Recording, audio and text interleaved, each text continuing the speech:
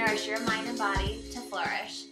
So Thanksgiving is over, and I'm sure you are left with tons of Thanksgiving leftovers and different trimmings. And so what this episode is about today is to take those Thanksgiving trimmings and transform them into some easy gluten-free meals that you can create all on your own. Super simple. And so what we have today are a couple delicious meals for you to prepare. I'm going to go through a couple of them right now. So I've got a pot going on the stove with a little bit of olive oil in it. And what I'm going to add to that is we're going to add the onions first. So we're going to let these become a little translucent. We're going to add a little bit of garlic as well.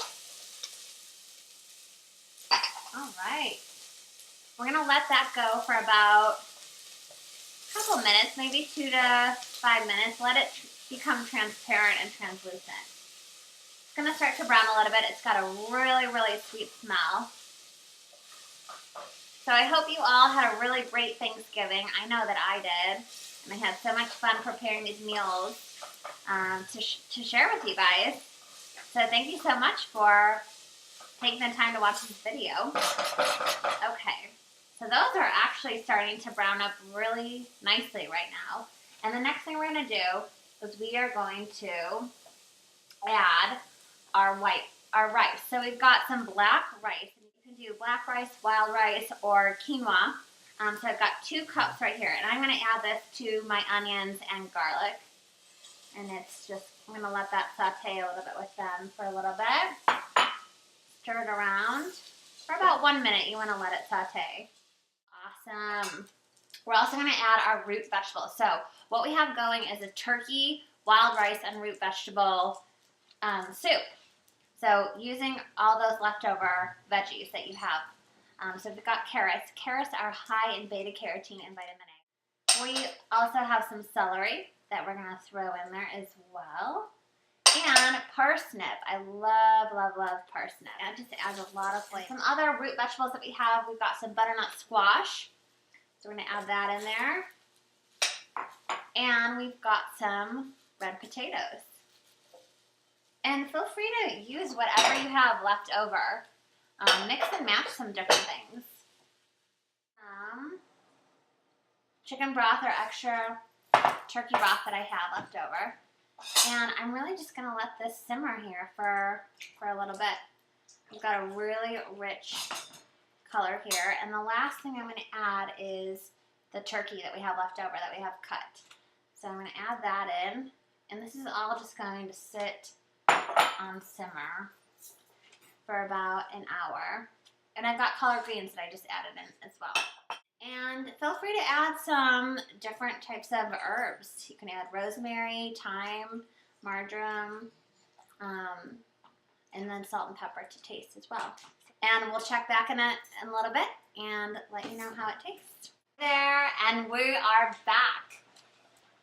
I am smelling the soup that's going over here, and it smells absolutely amazing. So the next thing on our menu is that we are going to make sweet potato and pumpkin latkes. And I love, love, love this recipe because it's super easy and you get to use the rest of your Thanksgiving trimmings. So what we have, flour. I love to use Bob's Red Mill. I think it's a very, very great flour to use, especially when you're doing some baked goods and things like this. So 1/4 cup.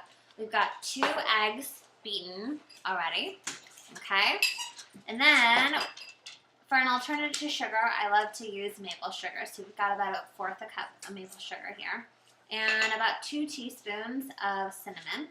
And you can use this to your liking. So add more or add less, whatever you desire. Also, what we have is 2 yams that we grated up.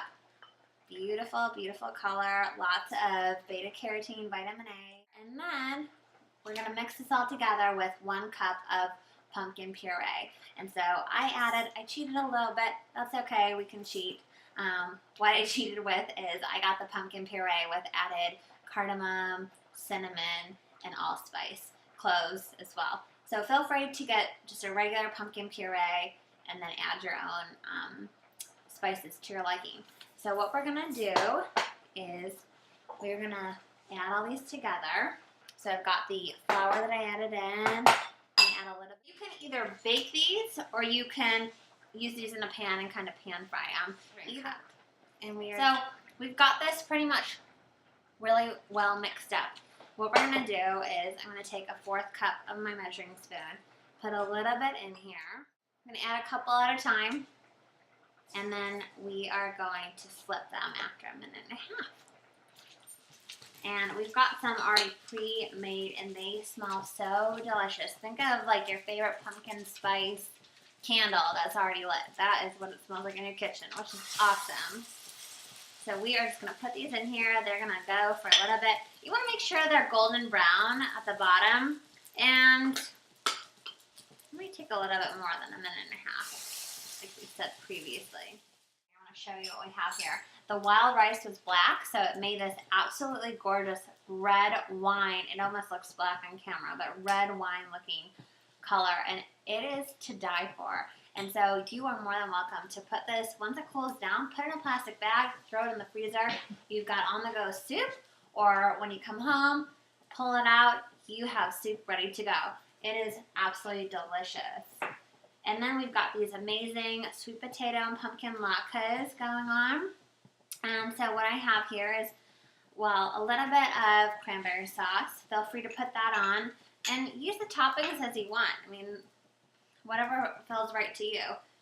And then we also made some homemade apple sauce. And so all I did was take an apple, cut off the core, did not use the seeds, put it in a Vitamix, and then what we have here are some amazing sweet potato pancakes. And I've got some amazing Greek yogurt that I love to put on my sweet potato pancakes.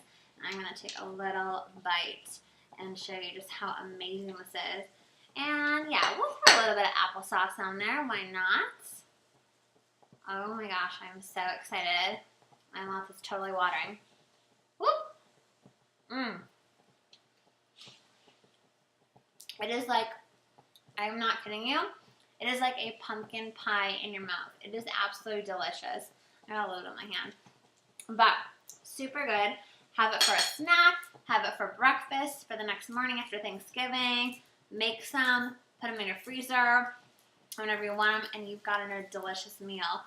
And stay tuned for a couple other extra Thanksgiving trimming meal ideas that we have coming on. See you soon. Bye.